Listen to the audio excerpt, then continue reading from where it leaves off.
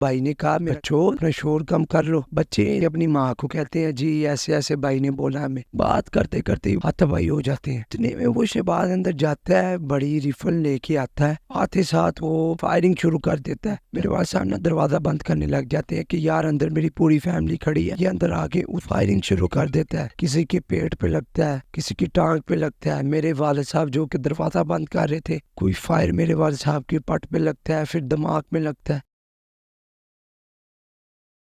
अब एकदम जब ये फायरिंग करके मौके पे सब फरार हो जाते हैं, मैं अपने वाले साहब को देख रहा तो हो क्या गया, खून ऐसे कि जैसे कोई गाय वगैरह ज़िबा की हो। मैं अपने हाथों से अपने वाले साहब को उठाता हूँ।